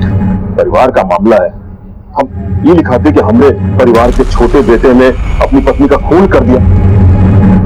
अब कुछ भी बोलो, अपना खून तो अपना होता है। आपको कैसे पता कि उसने खून किया था? किसी ने कहा आपसे या आपने अपनी आंखों से देखा?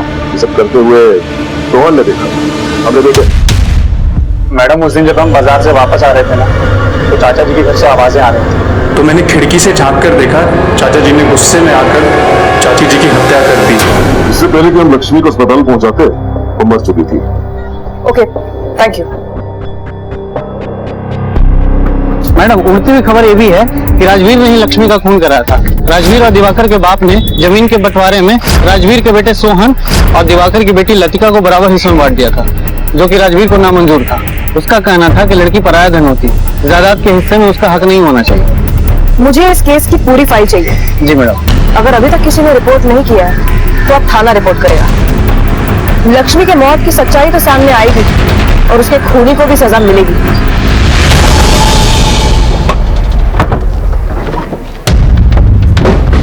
सर, बेरी से कोई खबर? यस सर, ये लतिका की माँ की मर्डर केस फाइल है।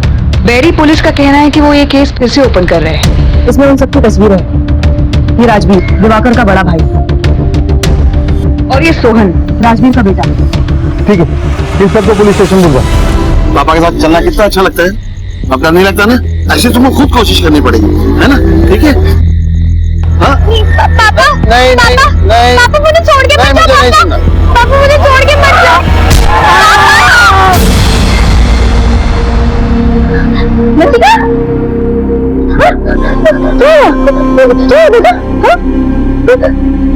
पापा के पास जाना, पापा के पास जाना है।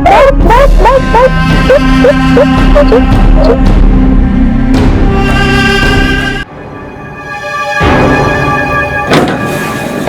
Sir please come in, ma'am please तुम मत जाओ। लतिका, तुमने हमसे झूठ बोला था। तुमने बोला था कि तुम बरेली में रहती, बरेली, जबकि तुम बेरी में रहती।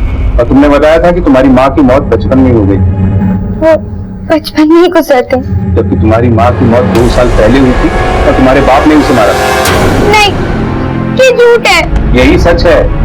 तुम्हारे चाचा गांव में रहते हैं राजवीर, अपनी बीवी और बेटे सोहन के साथ। उन्हीं ने हमसे बताया कि तुम्हारे बाप ने तुम्हारी माँ का मर्डर किया और तुम्हें लेके भाग गया। नहीं, सच नहीं है। तो फिर सच क्या है? सच ये कि पापा माँ से बहुत प्यार करते थे। सोहन आया था क्यों? उससे कहा था कि मैं घर पर ना रहूं तो मैं आया करे। वही पेपर लेकर आया था, धमकी दे रहा था, कह रहा था साइन कर दो वरना बहुत बुरा होगा। मर जाऊंगा लेकिन लतिका की जमीन उसके नाम नहीं करूंगा। बाबूजी ने लतिका और सोहन में जमीन का बंटवारा बराबर बराबर किया था। कह रहा था लतिका की शादी की सारी जिम्मेदारी वही उठाएगा, दहेज में जितना भी खर्चा होगा वो सब करेगा, लेकिन जमीन उसको अपने नाम से चाहिए। साले को दहेज के नाम पे अंदर करवा दूंगा और मेरी बेटी को दहेज की जरूरत ही नहीं पड़ेगी। हाँ, इतना पड़ेगी मेरी बेटी को दहेज देना ही नहीं पड़ेगा। क्यों बेटा? हाँ पापा। अब तुम तो टेंशन में बैठी हो, अब खाना खा लो। सच ये कि पापा हम दोनों से बहुत प्यार करते थे। सोम भैया हमें परेशान करते थे, लेकिन जब पापा होते थे तो हमें कभी कोई फिक्र नहीं होती थी। मुझे लगता है कि सोम भैया ने माँ को मारा है। मैंने खुद अपनी आंखों से उन्हें बाहर से निकलते हुए देखा था।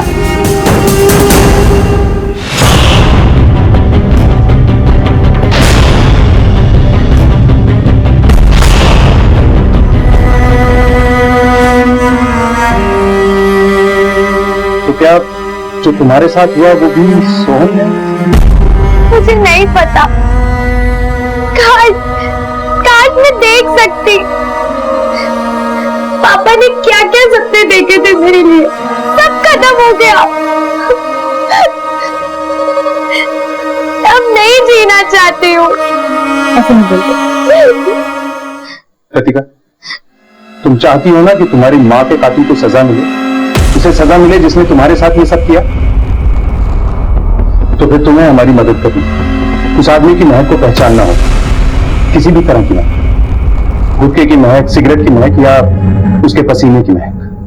मुझे नहीं पता, लेकिन मैं पूरी कोशिश करूंगी। सब कुछ सच सच बताएगा या सच जानने के लिए हमें कुछ करना पड़ेगा? क्या सच सर? यही सच कि तूने लतिका की माँ यानी अपनी चाची को क्यों और कैसे मारा, और लतिका के साथ गलत क्यों और कैसे किया।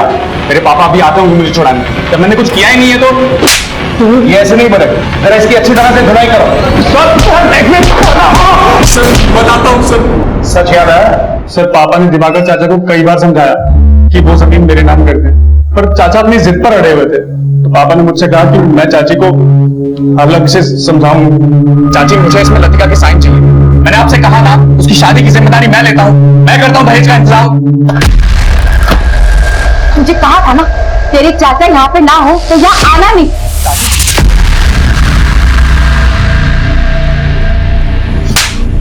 कमीज, चल जा यहाँ से। मेरे ऊपर आज तक किसी ने हाथ नहीं उठाया, तूने ठीक नहीं किया मुझ पर हाथ उठा के। तो देख मैं क्या करता हूँ। क्या कर रहे हो तुम? सर मैंने जानबूझ के कुछ नहीं किया सर, वो गलती से हो गया। गलती से तूने अपनी चाची को मार डाला। और क्या क्या किया गलती से? सर और कुछ नहीं किया सर मैंने। मैं बताता हूँ। तुम बाप बेटा को जब ये पता चला कि कोर्ट में उनके साइन लगेंगे या डेथ सर्टिफिकेट, तो तुम दोनों ने उन्हें ढूंढना शुरू किया या नहीं? किया या नहीं किया? हाँ सर, मैंने अपने पहचान वालों को कॉन्टेक्ट किया, तो हमारे दूर के रिश्तेदार मुंबई में रहते हैं। सर मैंने उनको फोन किया तो दिवाकर भैया, अरे वो यहीं रह रहे थे, हमी ने तो उनको मकान दिलवाया किराए पे। लेकिन बेटा बहुत बुरा हुआ उनके साथ। क्या हुआ?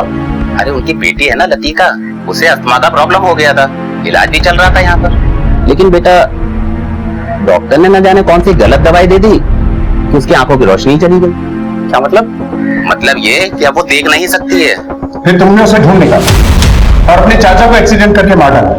नहीं सर, मैंने दिवाकर चाचा को नहीं मारा सर, मैं तो संदीप चाचा को फोन करता रहा, तो उन्होंने कहा कि दिवाकर चाचा का फोन आया था और उन्होंने भिवानी का पता बताया था। और सर वहां ताला लगा हुआ था। ताला जरूर लगा था, लेकिन हरीश के मेन गेट के साथ में ही लतिका के रूम की एंट्री की थी। वहां से तू उस रूम में गया, लतिका अकेली थी और तूने उसके साथ रेप किया। मैं उसका रेप कैसे कर सकता हूँ सर, वो मेरी बहन है सर। और लतिका की माँ तेरी चाची थी, तू उस पर कोशिश कर सकता है। सर मेरा यकीन कीजिए, चाचा के गांव से आने के बाद मैं उनसे मिला तक नहीं, और जब मुझे पता चला कि लतिका की आंखों की रोशनी चली गई तो मैं उन दोनों को मारना नहीं चाहता था सर, मैं तो बस सौदा करना चाहता था, वो जमीन हमारे नाम कर दे बस।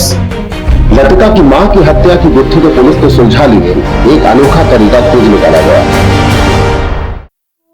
बेटा हम एक एक्सपेरिमेंट कर रहे हैं और आपको हमारा साथ देना होगा। आपके पास एक एक करके सब लोग आएंगे, आपके कान में कुछ फुसफुसाएंगे। आपको उनकी खुशबू से, उनकी आवाज से पहचानना है कि उनमें से वो कौन है जो उस रात तुम्हारे कमरे में आया था। लेकिन सर, लतिका जन्म से नेत्रहीन नहीं है। इसकी आंखों की रोशनी को गए हुए हार्डली 1 साल से ज्यादा हुआ होगा।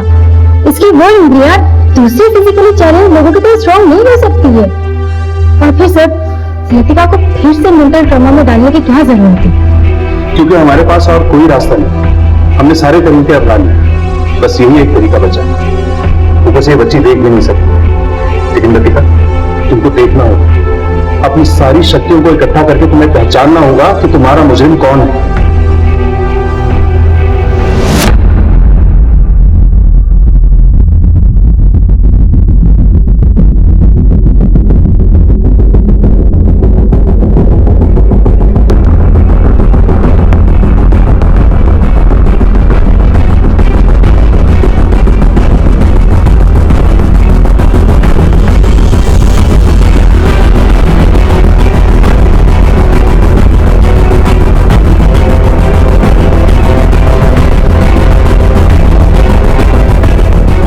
नेक्स्ट कॉल बाकी नहीं रहा सर, आई थिंक सर ये सही तरीका नहीं है और लतिका गलत भी तो हो सकती है सर। वो मुझे फंसाने के लिए ना झूठ भी बोल सकती है कि मैंने उसका रेप किया है।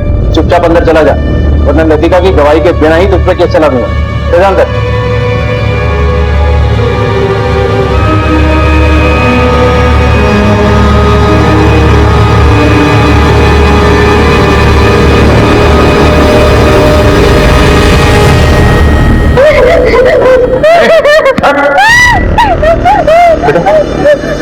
क्या ये वही है जो उस रात तुम्हारे कमरे में आया था? नहीं, लेकिन मैं जानती हूँ ये कौन है। ये कौन है? मेरा भाई, इसीलिए मेरी माँ को मारा है। ठीक है बेटे, तुम्हारे माँ के खून की सजा इसे जरूर मिलेगी, लेकिन फिलहाल हमारे लिए ये जानना जरूरी है कि उस रात तुम्हारे कमरे में कौन आया था। प्रभा, उस रात के इन सबके कॉल रिकॉर्ड आ गए? Yes sir. Yadav, call record लेके आओ। इसे ले जा। नेक्स्ट को बोलो।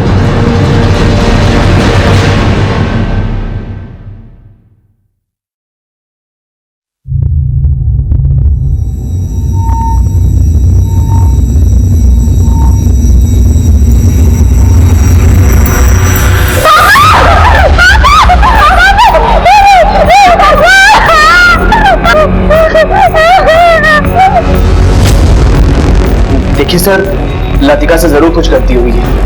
वो बेचारी देख नहीं सकती, वो कैसे कह सकती कि वो आदमी मैं ही था? सिर्फ वही नहीं बोल रही, तेरे सेल रिकॉर्ड्स भी बोल रहे हैं। ये देख, जिस रोज तू दुकान पे नहीं गया था ना ये बोल के कि तू घर पे है, उस रोज तेरा सेल फोन खुद ब खुद चल के उसके घर चला गया था। बता दो प्लीज, मत मारिए। जब मैंने पहली बार लतिका को अपनी दुकान में देखा तो उसे पसंद करने लग गया था। ऐसा भी है, पूरे पैसे तो नहीं है। मैं पूरी कोशिश कर रहा हूँ, जल्दी आपके पैसे चुका दूंगा। मैं किसी को उधार नहीं देता, मुझे भी अपना धंधा चलाना है, आगे पैसे चुकाने पड़ते हैं। साहब जी, आप कहें तो मैं इनके पैसे दे देता हूँ। बेचारे मजबूर आदमी हैं और इनकी बेटी भी नहीं देख सकती। सब मैं उनके घर बार बार जाने के बहाने ढूंढने लगा, कभी दवाइयां देने के बहाने तो कभी ट्रस्ट की बात करने के बहाने। शायद मैं लतिका से प्यार करने लगा था।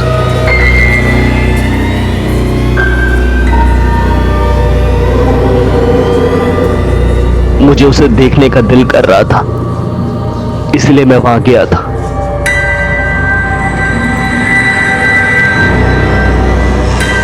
पर मैंने वहां देखा कि घर में कोई नहीं था।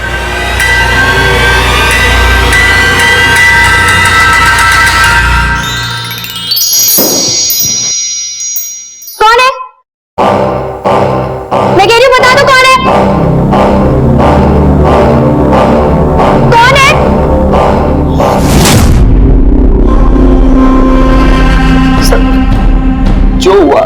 अचानक से हुआ, मैंने कोई प्लान नहीं किया था। जब उस दिन मैंने लतिका को उस हालत में देखा तो मैं अपने ऊपर काबू नहीं कर पाया और उसके बाद मैं डर गया था। इसलिए मैंने लतिका को कहा कि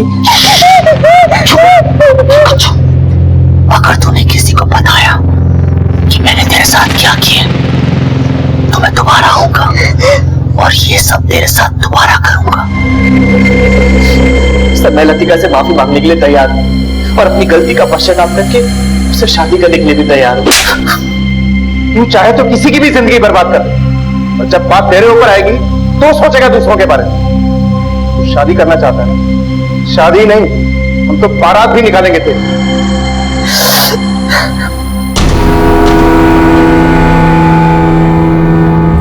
सर, पूरी इंक्वायरी के बाद पता चला है कि दिवाकर की मौत में गाड़ी वाले की गलती नहीं थी।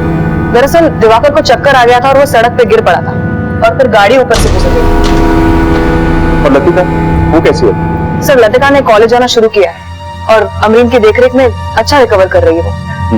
यही हुआ लतिका के साथ। उसके सगे चाचा ने, उसके मकान मालिक के परिवार ने लतिका की मजबूरी का फायदा उठाया। सूरज ने तो लतिका का यौन शोषण तक किया। इस दुनिया में जहां अच्छे खासे लोग जीने के लिए संघर्ष करते हैं, वहां ये हम सब की जिम्मेदारी है कि हम सब असहाय लोगों की मदद करें, उनका सहारा बने। इस तरह के और भी एपिसोड देखने के लिए हमारे चैनल को सब्सक्राइब करें और बेल आइकन दबाना ना भूलें।